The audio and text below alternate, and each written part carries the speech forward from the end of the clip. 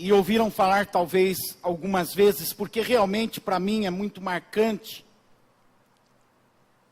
a afirmação feita de que qualquer pessoa pode se entusiasmar por 30 minutos e muita gente se entusiasma por 30 dias. Mas somente as pessoas entusiasmadas por 30 anos é que são capazes de produzir alguma coisa efetivamente significante. Podemos perceber nessa definição que entusiasmo é um tônico, é um combustível, é uma força capaz de fazer com que a gente suplante qualquer adversidade, obstáculo, passe por qualquer vale ou deserto e continue mirando um objetivo, focado num alvo, sem perder o alento,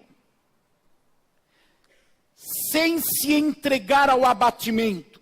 Não significa que não tem momentos de dor, de lágrimas e até de certa tristeza, mas o foco permanece firme. É o entusiasmo que leva a gente a caminhar numa direção sem titubear, sem desviar para a direita, sem desviar para a esquerda, sem retroceder.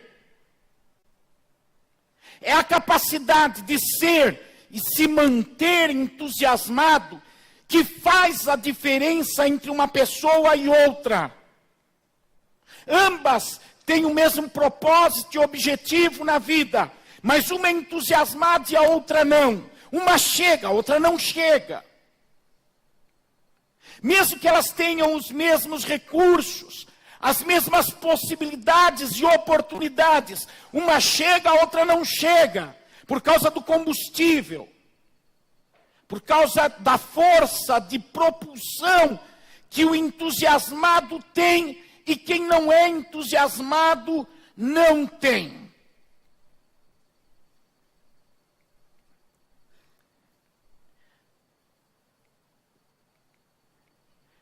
O grande problema de muita gente, mas muita gente mesmo, está na conceituação das palavras. Nós temos um costume, e quando eu digo nós, eu digo a humanidade, tem um costume de achar que sabe alguma coisa que não sabe. E quando nós conceituamos alguma coisa de uma forma, mesmo que aquilo, aquela palavra, aquela expressão não signifique algo, para nós passa a significar. E com isso nós perdemos a essência de muitas coisas. E a palavra entusiasmo é uma dessas expressões que todos nós achamos que sabemos o que é. Mas que na verdade, quando se passa por um filtro etimológico da raiz, do sentido dessa palavra, e olhamos exatamente o que ela quer dizer, temos surpresas quanto à qualidade do nosso conhecimento em relação ao que representa ser uma pessoa entusiasmada. Tem dois grandes inimigos do entusiasmo, pelo menos no meu modo de ver. Um deles é a motivação equivocada, a motivação errada. E o outro é a empolgação. Essas duas coisas são pragas terríveis quando queremos conceituar entusiasmo e derivamos nessas direções. Por quê? Porque elas podem pegar algo genérico, algo não original, mas que nem na sua formulação parece com o original, mas tem uma roupagem, uma capa parecida. E então compramos gato por lebre.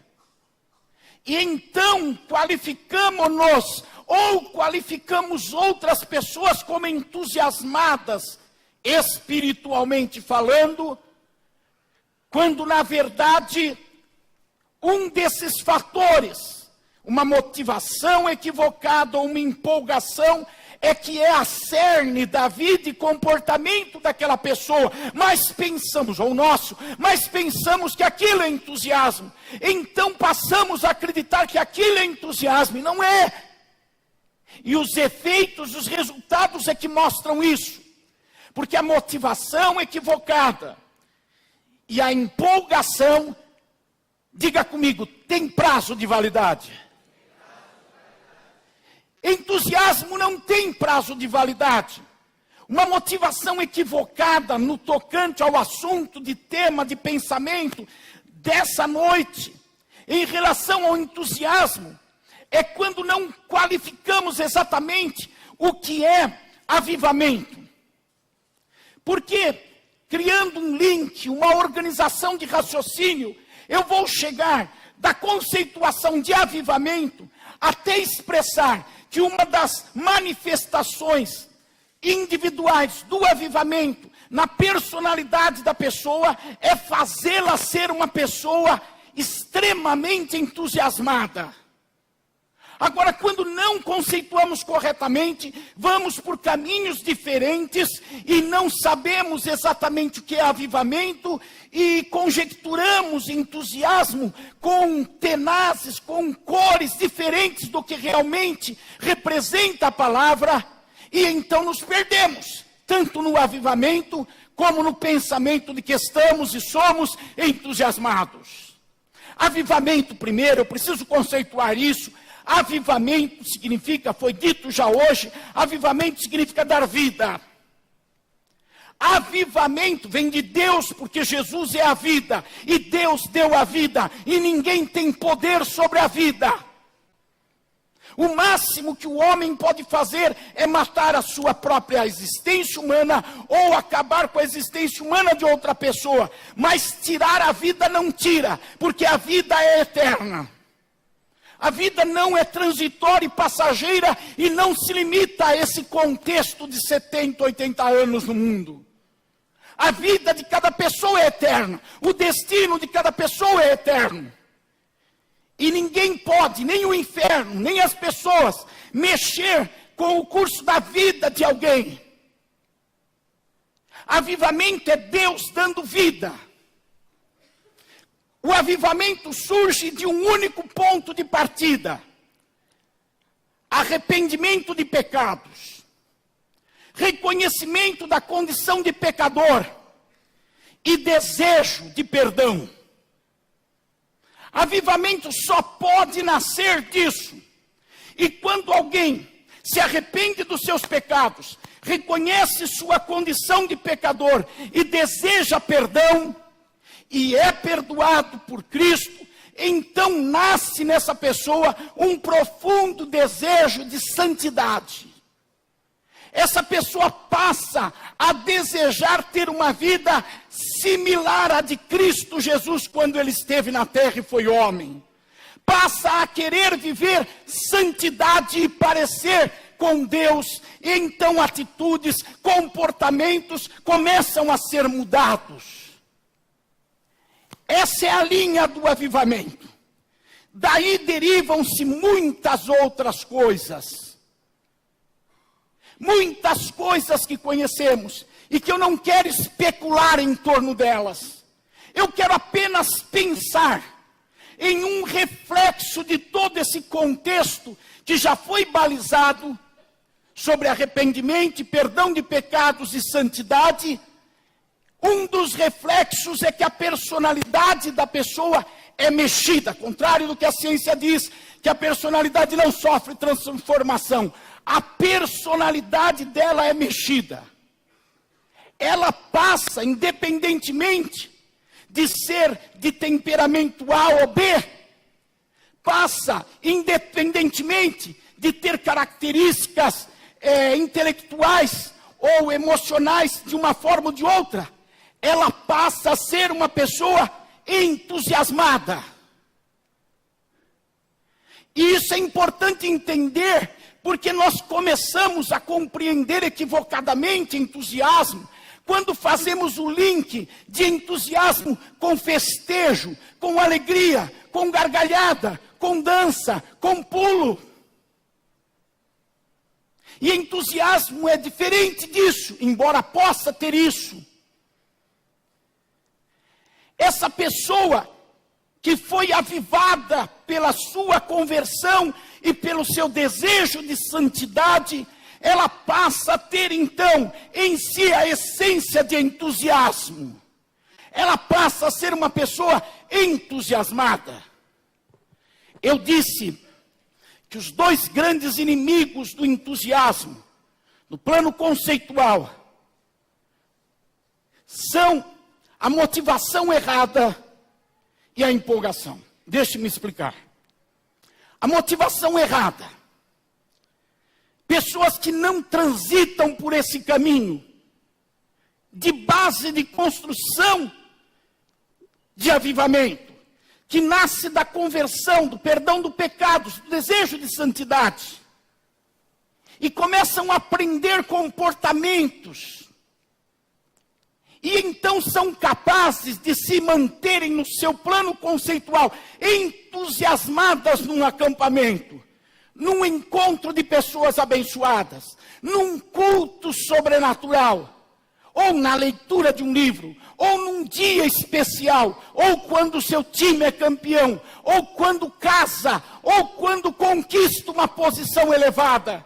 Então essas pessoas pensam que estão entusiasmadas, mas há um equívoco na conceituação do entusiasmo gerado a partir da santidade resultante do arrependimento e perdão de pecados que gerou e produziu um avivamento na vida da pessoa. Ficou confuso? Eu vou tentar menos empolgado agora falar. Se arrepende dos pecados, confessa os pecados, é perdoado por Jesus, sente tanta gratidão por isso, e passa a desejar viver para Deus. Busca a santidade. Várias coisas acontecem na vida dessa pessoa. E no seu emocional, ela é afetada e premiada com o entusiasmo. Ficou mais simples assim? Ela passa a ser uma pessoa entusiasmada. Ela é afetada de uma forma que ela passa a ser uma pessoa entusiasmada. Quando tem uma motivação equivocada, ela julga que o entusiasmo é esse culto que nós estamos fazendo aqui. Esses louvores, esses pulos, essas danças. E pode-se pensar que esse entusiasmo é o entusiasmo do avivamento. Mas ele pode ser só o entusiasmo da premissa de um momento que estamos vivendo, do outro grande inimigo do entusiasmo, que é a empolgação.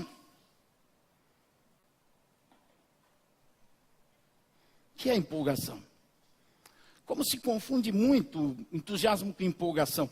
Eu penso, irmãos, que a grande diferença entre o entusiasmo e a empolgação está no tamanho da responsabilidade.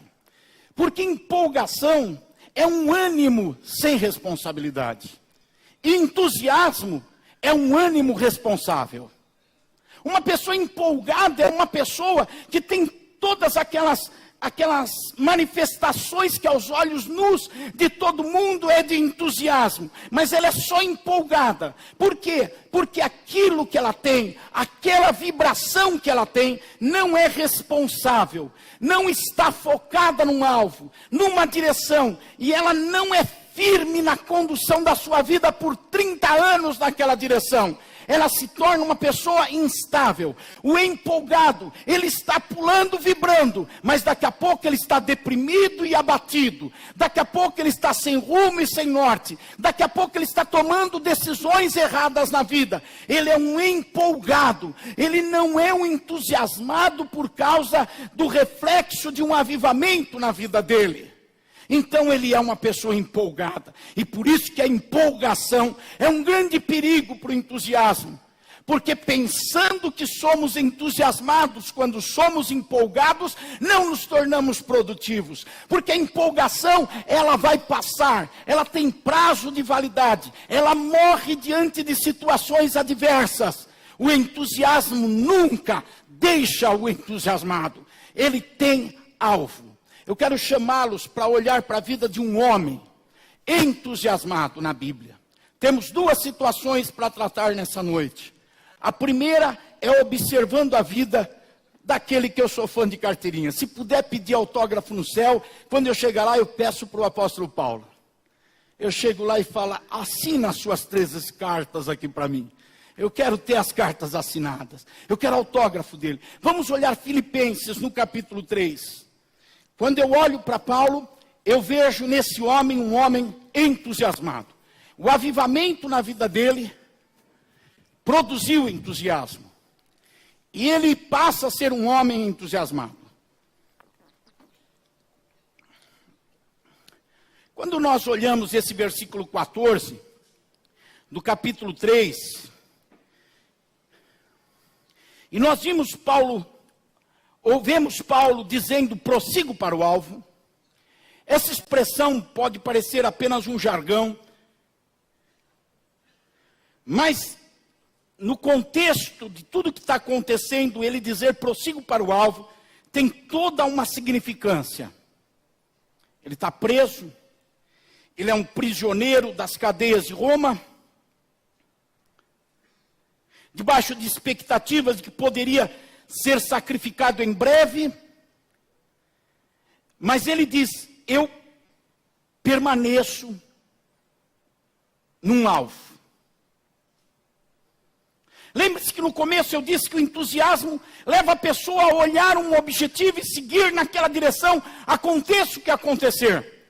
Quando você pega aqui o alvo que ele está dizendo, resumindo, simplificando, ele está dizendo, meu alvo é chegar no céu e me encontrar com Deus e ser premiado pelo modo de vida que eu tive aqui na terra. Ele estabeleceu um dia que, não sei dizer quando, mas eu acredito que lá no caminho de Damasco, quando ele se encontrou com Jesus, ele fez esse alvo. Muitas coisas foram acontecendo ao redor dele. Ele foi traído pelos próprios irmãos, ele foi desprezado e perseguido pela própria igreja. Não acreditaram na conversão dele. Ele foi excluído do meio do povo de Deus e dos apóstolos. Ele criou amizades que se fizeram inimizades contra ele, no meio do povo de Deus. Como se não bastasse isso, vieram as perseguições externas, problemas, acusações, calúnias, maldades contra a vida de Paulo, açoites, prisões, tempestades, naufrágios, fome, nudez. Ele narra uma lista extensa de sofrimentos e dores, e agora ele está velho, ele está preso, está numa cadeia, e ele continua entusiasmado com um alvo, gerado há anos atrás, e que nada pôde tirar dele esse foco, essa direção. Certamente em alguns momentos, ele mesmo disse, muitas vezes ficamos abatidos, mas não desanimados. Muitas vezes ele chorou, muitas vezes ele sofreu, mas quando seus olhos secavam e ele levantava a cabeça, ele não via outra coisa a não ser uma carreira e um alvo. É a característica de uma pessoa entusiasmada. Essa pessoa consegue ver até nas dificuldades cooperação para o seu alvo. No capítulo 1 dessa mesma carta, no versículo 14, ele chega a dizer que os irmãos estão motivados porque ele está preso. Ele chega a dizer, a minha prisão, a minha cadeia, os acontecimentos negativos na minha vida, de alguma forma estão contribuindo para que o meu objetivo, ou seja, a carreira que eu estou fazendo na terra, seja consolidada. E os irmãos estão ficando mais motivados a pregar porque eu estou preso. Pense comigo nessa linha de raciocínio. que foge, que transcende de uma normalidade, da sanidade mental de um homem consciente. Quando que alguém em tremenda dificuldade, prestes a ser morto numa cadeia, vai gerar, vai conjecturar, vai formar um raciocínio que diz, não, isso é bom, está cooperando para quê? Para um alvo que eu tenho. E acha argumentos para isso, dizendo, os irmãos estão livres, o evangelho está livre, então eles estão ficando mais entusiasmados, desafiados, encorajados a pregar. Então o que eu quero fazer, uma carreira com Cristo, através dos meus filhos na fé, dos irmãos, ela está sendo construída. Veja, alguém entusiasmado, não está cheio de questionamentos negativos na mente, não está duvidando se valeu a pena, não está pensando tantos anos de trabalho e a recompensa que tem agora é essa cadeia, não está pensando onde está Deus que não faz nada, não está pensando onde estão os irmãos que não me ajudam a sair daqui. Não, ele está olhando para o seu alvo, porque o entusiasmado tem alvo, tem objetivo, nada desfoca ele fica firme naquela direção. O seu emocional é diferenciado.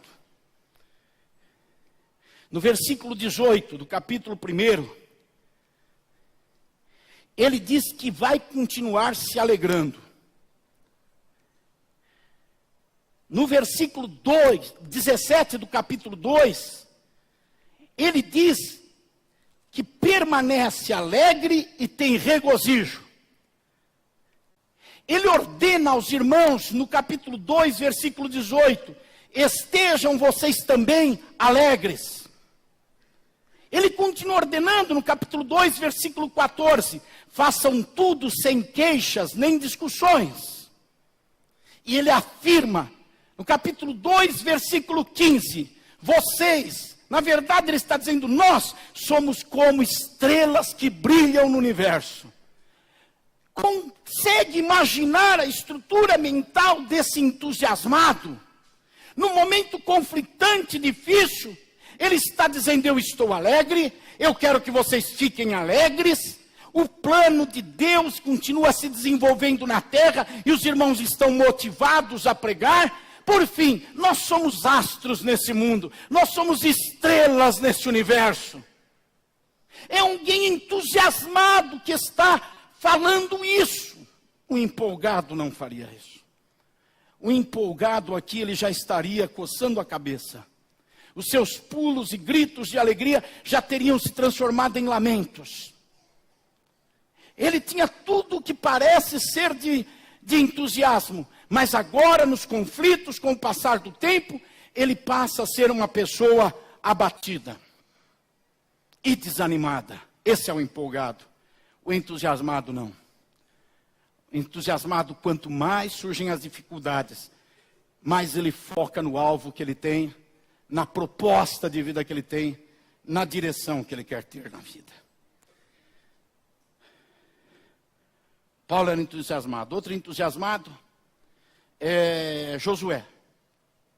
E aqui em Josué nós vamos aprender como ser entusiasmados. Vamos lá para o capítulo 1 de Josué.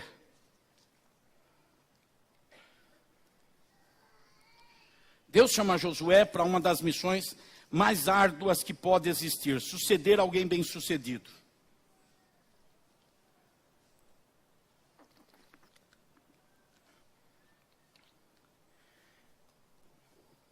É fazer com que uma informação conhecida seja replicada, dizer que Moisés havia feito um grande trabalho com o povo de Deus, debaixo das mãos poderosas do Senhor, com sinais e com a comprovação de que Deus estava com ele. E agora Moisés parte, é velho, vai embora, o Senhor vai recolhê-lo, e tem que ter alguém para dar continuidade, e é Josué essa pessoa que vai dar continuidade. Nas expressões do texto, Deus trata com Josué, dizendo para ele, resumindo dentro do nosso contexto aqui, você só vai conseguir isso se você for uma pessoa entusiasmada. Se você colocar um foco e seguir nessa direção, então você vai ser bem-sucedido. Eu vejo isso quando o Senhor usa por 3 vezes a expressão, seja forte e corajoso. Versículo 6, capítulo 1 de Josué. Seja forte e corajoso. E perceba que Deus dá o foco, o alvo para ele. Você vai conduzir este povo para herdar a terra que prometi. No versículo 7, o Senhor acrescenta aqui 2 palavras. A primeira expressão, a palavra somente e a palavra muito. A palavra somente dá uma ideia de exclusividade. Deus diz, seja forte, corajoso. Somente. Veja, não é necessário um monte de qualificativos. Para você alcançar o alvo, Josué, é Deus que fala. Entenda isso, é Deus que está falando. E o ensinamento de Deus para Josué é para mim e para você.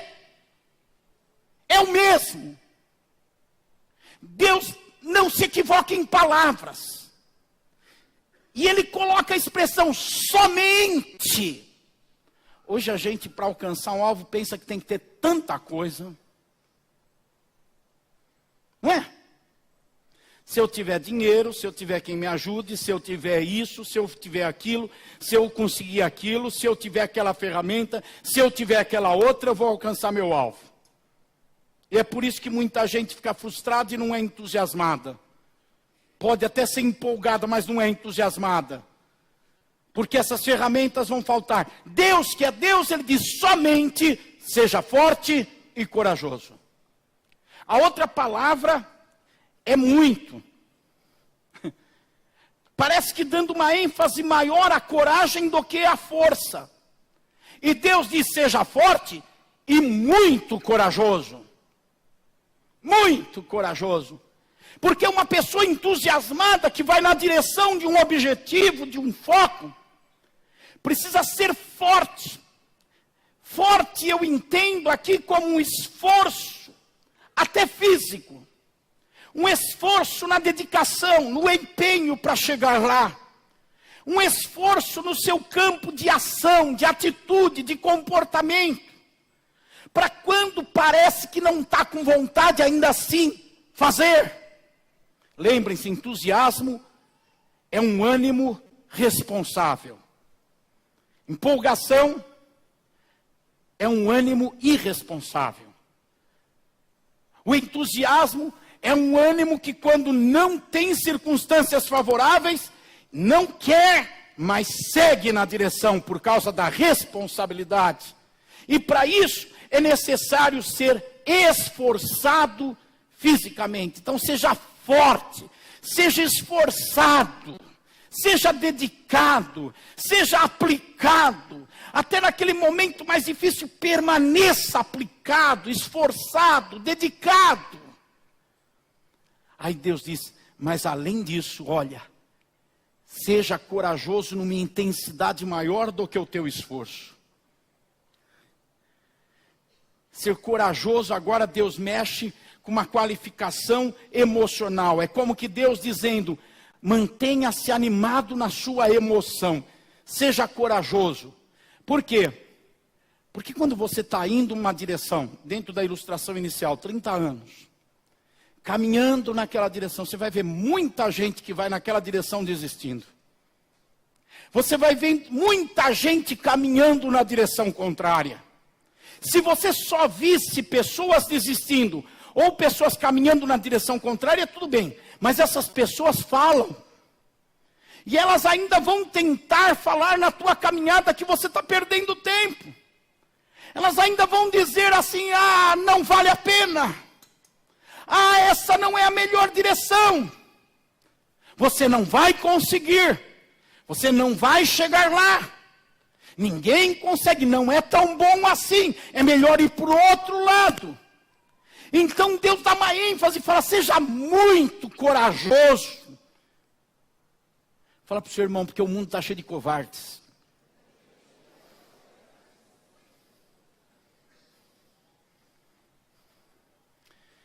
E covardes não conseguem ser entusiasmados. Porque para ser entusiasmado precisa ser esforçado fisicamente. Seja forte.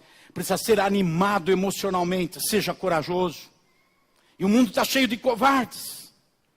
E sabe qual é o grande sucesso do covarde fracassado? É ver o corajoso fracassar também. Esse é o grande sucesso do covarde fracassado. Ele nunca vai se realizar com o que faz de produtivo. Ele sente felicidade quando vê alguém que está fazendo, deixando de fazer. E isso tem em todo lugar. Deus vai tratando com Josué e diz, você precisa ser então essa pessoa forte e corajosa. No versículo 9, ele repete, seja forte e corajoso. E olha o complemento, não se apavore nem desanime. Não se apavore nem desanime. Cuide desse teu emocional, para você não ter medo nessa caminhada e para você não se abater. Seja animado emocionalmente. Agora, como que ele vai ser isso? Deus fala para ele. Versículo 7. Josué 1, versículo 7. Está aí na tela? Vamos ler juntos pela tela, que é a mesma tradução? Vamos lá? Tenha o cuidado de obedecer a toda a lei que o meu servo Moisés lhe ordenou. Não se desvie dela nem para a direita, nem para a esquerda, para que você seja bem-sucedido por onde quer que andar. Na sequência, o Senhor começa a dizer para Josué como é que ele vai conseguir fazer isso com a lei, obedecer toda a palavra de Deus, não se afastar da palavra de Deus, e aí vai encontrar o sucesso. No versículo 8 ele fala a primeira coisa a fazer, internaliza a palavra. Deus diz para ele, medita na palavra de dia e de noite. O que é isso? Deus está dizendo, pegue a palavra e coloque para dentro de você.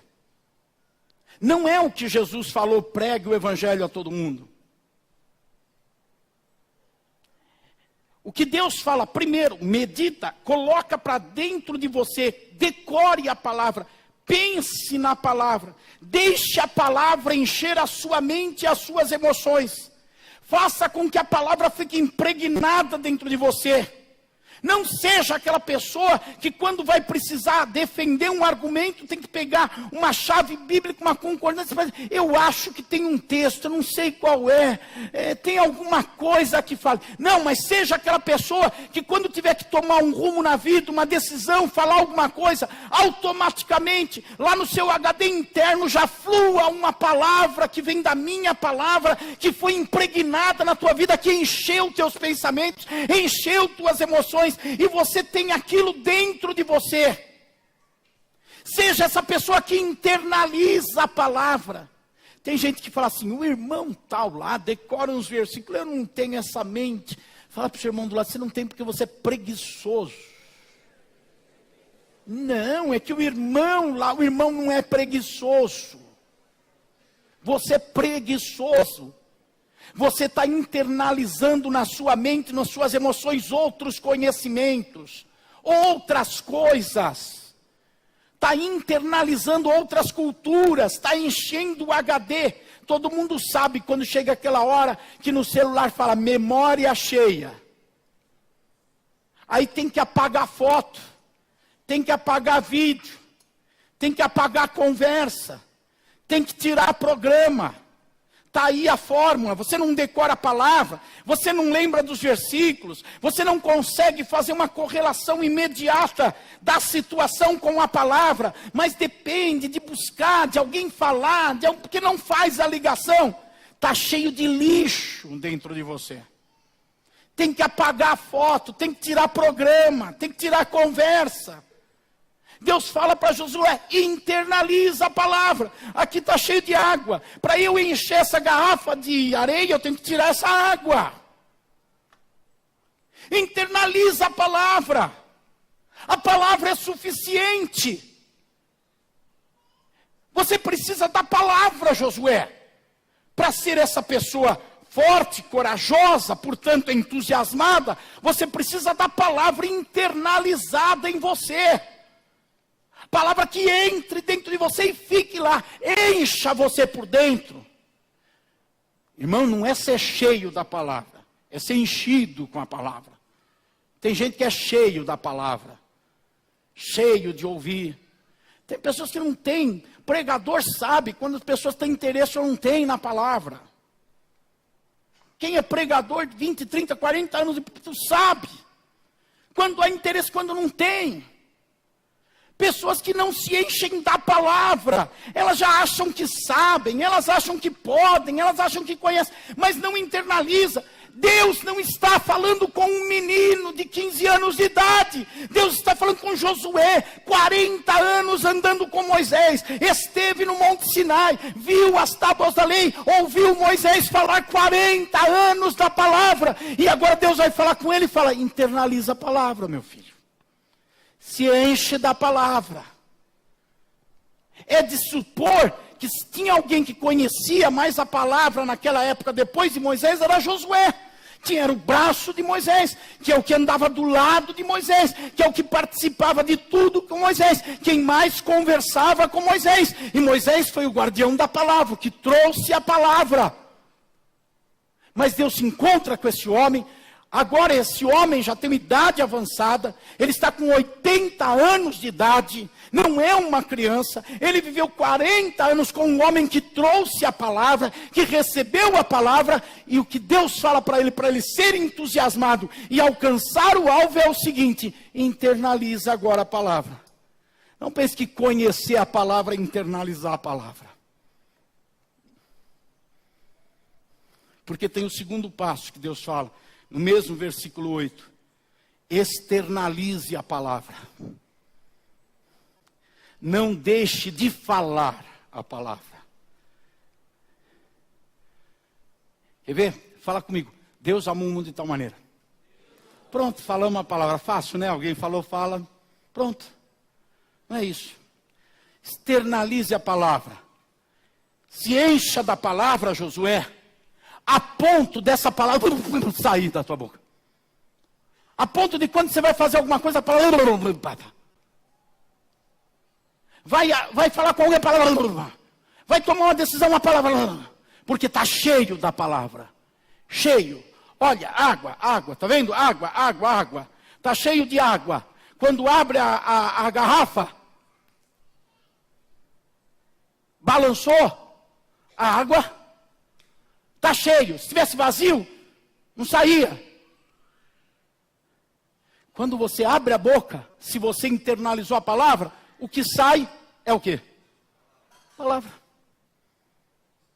Precisa dar um conselho, precisa tomar uma decisão, precisa falar, precisa tomar uma posição, precisa decidir como é que faz isso ou aquilo. O que sai é o quê? A palavra. Porque internalizou a palavra. O que está saindo da sua vida quando você tem que falar? Conceitos, ideias, raciocínios. Gandhi disse aquilo. O 14º Buda, Confúcio, o filósofo, o mestre lá disse aquilo. O ciclano, aquele sábio. Você está enchendo teu HD de porcaria, porque tudo que não vem da palavra, desculpe eu ser radical, se vocês querem um pastor que não seja radical, esse pastor não sou eu sou radical. A palavra é tudo o que a gente precisa para viver nessa vida de maneira justa, santa, piedosa, agradável a Deus, prosperar, prosseguir e ser bem sucedido em tudo que fizer, em qualquer área da vida e em qualquer coisa. A palavra de Deus é poderosa para fazer todas as coisas na vida daquele que internaliza a palavra. E glória a Deus pela sua palavra.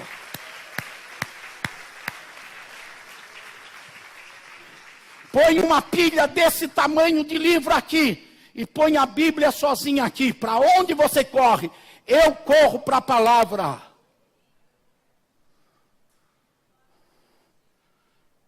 Corra para a palavra. Josué, corra para a palavra. O que Josué ia fazer, irmãos? Presta atenção. Ele ia pegar aquela multidão de gente que quase matou o homem mais manso da terra, Moisés, que fez ele perder a estribeira. E ele vai repartir a terra prometida. Primeiro conquistar a terra e depois repartir. Imagine aquelas tribos de Israel olhando para as terras e dizendo: eu quero ali, eu quero aqui, eu quero lá. A gente procura o melhor lugar para dormir, o melhor lugar para morar. Imagina aquela população que eles queriam. Quantas ferramentas, né? Josué tinha que entender de geopolítica, não é, irmãos? Ele tinha que fazer, tratar da, como é que é a ciência que cuida do homem? Antropologia. Ele tinha que fazer uma cátedra de antropologia para entender o ser humano e lidar com as pessoas ali, não é? Ele tinha que entender de geopolítica para saber a demografia dos lugares e os rios e as montanhas, o lugar melhor, não é? Poxa, como Deus é esquecido, Deus não chamou ele para a missão, para o foco, para a direção e disse: olha, Josué, estuda isso, conhece aquilo, pega aquilo lá, faz aquilo, faz tudo isso, senão você não consegue. Não! Deus falou para ele: internaliza a palavra. Externaliza a palavra. E por fim, materializa a palavra. Versículo 8: cumpra fielmente tudo o que nesse livro está escrito. Materializa agora, dê forma à palavra, nas suas ações, nas suas reações, diante das tribulações, das tentações, das dificuldades, nos conflitos. Dê forma à palavra, materialize a palavra na tua vida. Deus resume: Josué, você tem uma missão, um foco de vida. Tá bom, Senhor, é para lá, é para lá. Senhor, o que eu preciso? Simples: seja forte e corajoso, seja esforçado fisicamente, seja animado emocionalmente. Tá bom, Senhor, mas tem tanta coisa para fazer. Como é que eu vou ser essa pessoa forte e corajosa? É simples, Josué. Internaliza a palavra, medita nela de dia e de noite. Só isso, Senhor? Não acabou. Mas continua sendo simples. Externaliza a palavra, que ela nunca se afaste da tua boca. Fala a palavra. Ah, é só então internalizar, externalizar? Não, Josué. Materializa a palavra na tua vida. Cumpre fielmente. Paulo escreve a Timóteo e diz: cuida de ti mesmo e da doutrina, porque fazendo isso salvarás tanto a ti como aqueles que te ouvem. Doutrina são as regras da palavra. Traz para a tua vida a palavra. Vive a palavra, pratica a palavra. E aí você vai ser forte e corajoso. E o versículo 8. No versículo 8 a gente tira: internaliza a palavra, medita nela de dia e de noite. A gente tira, externaliza a palavra, não deixe de falar a palavra. A gente tira, materialize a palavra, cumpra fielmente. E a gente tira, só então os seus caminhos prepararão e você será bem-sucedido. Seus caminhos prosperarão e você será bem-sucedido. Só então. É simples. Eu tenho que fazer doutorado em Harvard de teologia para eu conseguir alcançar meu ministério. Eu não preciso. Eu não preciso. Se eu puder fazer, eu faço, mas eu não preciso. Se eu quiser fazer, eu faço, mas eu não preciso. Eu preciso internalizar a palavra. Quem que está aqui que precisa internalizar a palavra? Está comigo. Eu preciso externalizar a palavra. Quem que está comigo nisso? Eu preciso cumprir a palavra. Quem que está junto? Pronto. O evangelho não é simples. Aí eu entendo porque Paulo escreve aos Coríntios e diz assim: eu temo que o diabo engane vocês, te afastando da simplicidade do evangelho. O evangelho é simples. Ama a sua Bíblia, come a sua Bíblia, deixa a sua Bíblia sair pela sua boca e pelas suas mãos. Quando você fala, emite conceitos e valores, sai a palavra. Quando você faz as coisas, materializa a palavra. Pronto. então tudo que você fizer vai prosperar, e você vai ser bem sucedido onde você colocar as suas mãos. Eu olho para a minha vida, eu lembro do menino de 8 anos, com uma pinta amarela no nariz, uma sarda desse tamanho, zombado na sala de aula, que tinha vergonha de falar presente na hora da chamada. De um pai alcoólatra, uma família sem estrutura, e eu estou aqui diante de 400 pessoas pregando, e há 34 anos fazendo isso. Sou graduado, ralo para falar um pouquinho de inglês assim. Fiz um seminário teológico de 3 anos. E, através da minha vida, a denominação está em 22 países no mundo. Joel, o que?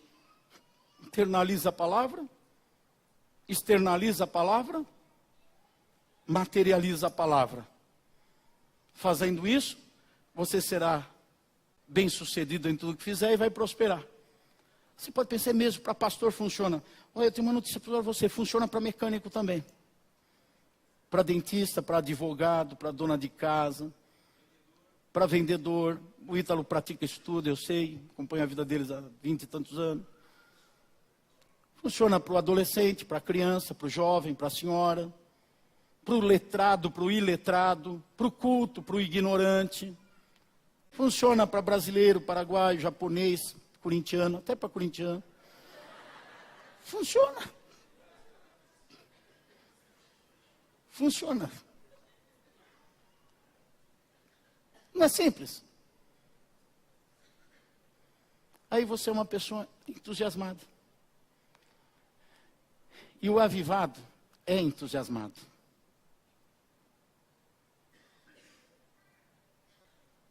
O que mais que eu falo? Não há nada para falar. Só isso. Só tenho isso para falar para vocês. Não tem nada para falar.